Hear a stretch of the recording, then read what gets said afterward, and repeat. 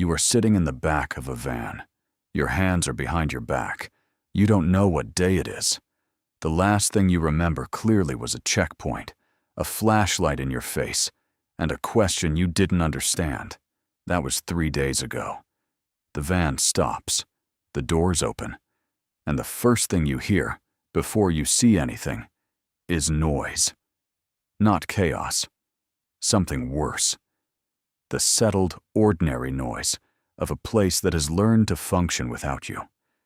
They take you through a door that requires a guard to unlock it. Then another door. Then another. Each one you pass through is a door that closes behind you. This is not a metaphor. This is how the building works. At the processing desk, a man in a uniform hands you a form. It doesn't matter what it says. What matters is that when you sign it, or when someone signs it for you, you officially exist here now. Your name is in the system. Your photograph is on a card. You have been assigned a number. They take your phone, your wallet, your belt, your shoelaces. They keep the items in a labeled bag. You will probably not see them again. You know where you are now. For 3 days, you didn't. Everything that identified you as a person from the outside world is in a bag on a shelf. In a Mexican prison, there are 2 systems. The official one, run by the state, processes you, assigns you a cell, and writes your name in a ledger. The unofficial one, run by the inmates, decides what your life actually looks like. You've just entered the first system. In about 4 hours, you'll enter the second. A guard walks you to a courtyard and stops. He doesn't explain what happens next. He just leaves. You stand near the wall. You understand immediately that you are being observed, not by guards, by everyone else. In most Mexican prisons, particularly the ciferesos and state-level facilities, the internal social structure is visible within minutes of arrival. Territory is physical. Where men stand, sit, and eat tells you who they are aligned with. There are sections of the courtyard that are claimed. You don't know which sections. You don't know the rules. You are going to make a mistake in the next few hours, simply because you don't know what the mistakes are yet. A man approaches you. He is not threatening. That's the first thing you notice. He is calm, measured. He asks where you're from. This is not a casual question. Your answer determines which group claims you, or whether any group wants to claim you at all. If you are from the right city, the right neighborhood, the right background, you have options. If you are not, you have fewer. Someone is speaking to you. You are not invisible. The conversation is a transaction you don't know you're in yet. He walks you to a corner of the yard. He introduces you to 2 other men. They are polite. One of them hands you a cigarette. You take it. That cigarette is not free. Nothing in here is free. But you don't know that yet, and taking it feels like relief. Your cell has 6 men in it. The cell was built for 2. There is a bunk you have been assigned. The assignment was made by one of the men who spoke to you in the yard, not by a guard. The guards do not manage sleeping arrangements. The men do. You are on the top bunk. It is not a good bunk. The man on the bottom bunk owns this cell. Not in a legal sense, in a practical sense, in the sense that matters. That first night, you don't sleep. Not because you're in danger, because the noise doesn't stop. Voices from other cells, a television somewhere, the buzz of the overhead light that doesn't fully turn off, the sound of a man coughing in a rhythm you begin to recognize before morning. You lie in the dark, and you think about the outside world. The outside world is thinking about you, too. But not in a way that reaches you here. You have a place to sleep. That is not nothing. You understand for the first time that time moves differently here. The night is 12 hours. It feels like 3 days. Around 2 in the morning, the man on the bottom bunk speaks to you. Not loudly. just into the dark. He tells you one thing. He says, tomorrow morning, after count, a man named something, you won't understand the name, will come to talk to you. He says, listen more than you speak. He says it like a warning. You say, okay. He doesn't respond. The conversation is over. You don't sleep after that. Count happens at 6 in the morning. You stand outside your cell with every other man on. Your block. A guard walks past and counts. That's it. The state is satisfied that you exist. The rest of the day is yours. Yours is a loose word, because the day has a structure. It just isn't the state's structure. In Mexican prisons, particularly the large, overcrowded state facilities, the internal economy is a parallel system that runs on its own rules. Food is one currency. Tobacco is another. Phone time is another. Space is another. And favors, what you owe and what you're owed, are the currency that underlies everything else. After count, the man the bottom bunk man warned you about finds you. He is older.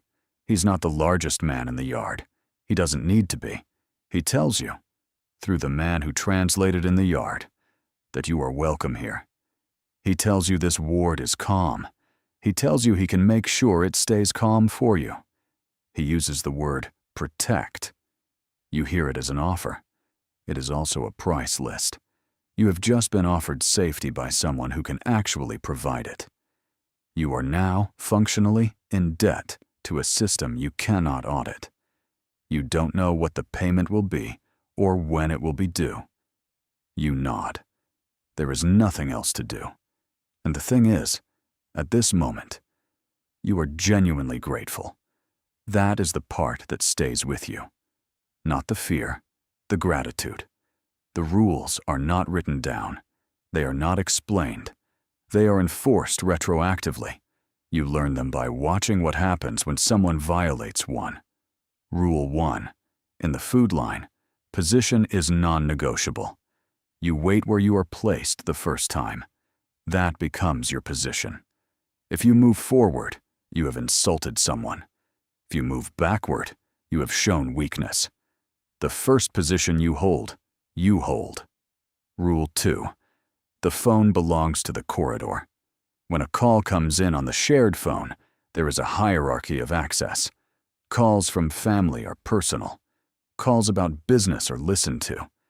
If your call is about money arriving, from a family member, from a lawyer, from anyone outside, someone in that corridor now knows about it. Plan accordingly. Rule 3. Cleaning is not servitude. Men who clean the corridor are not lesser. They are operating a system.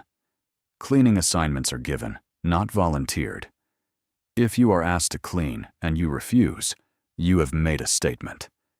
If you clean without being asked, you have made a different, possibly worse, statement. You are learning the grammar of this place. You are starting to understand which mistakes are survivable.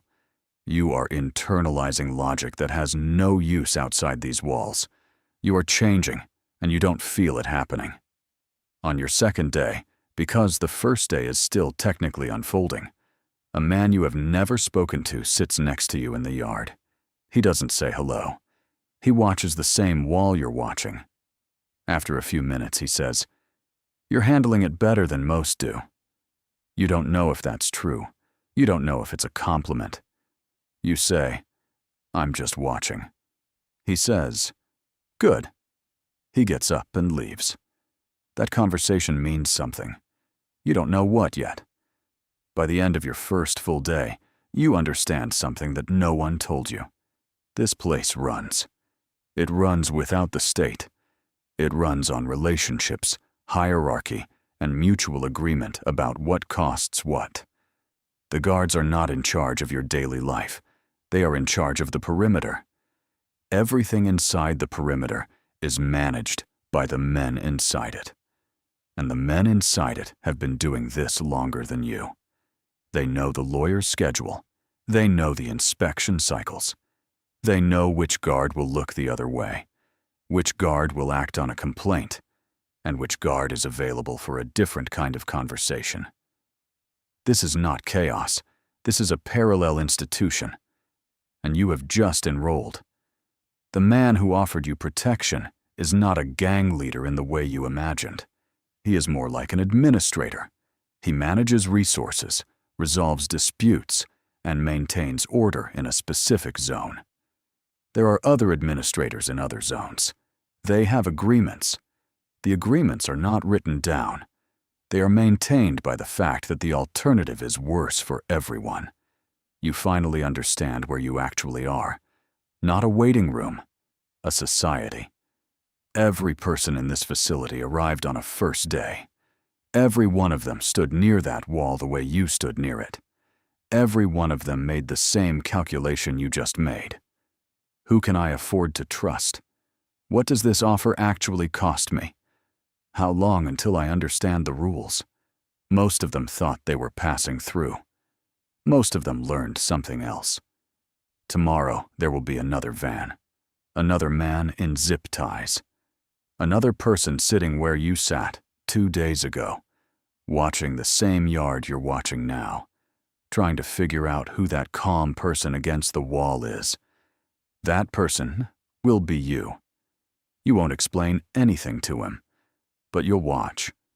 And that's how you'll know you've crossed something, not a line, a threshold, the kind that only goes one direction.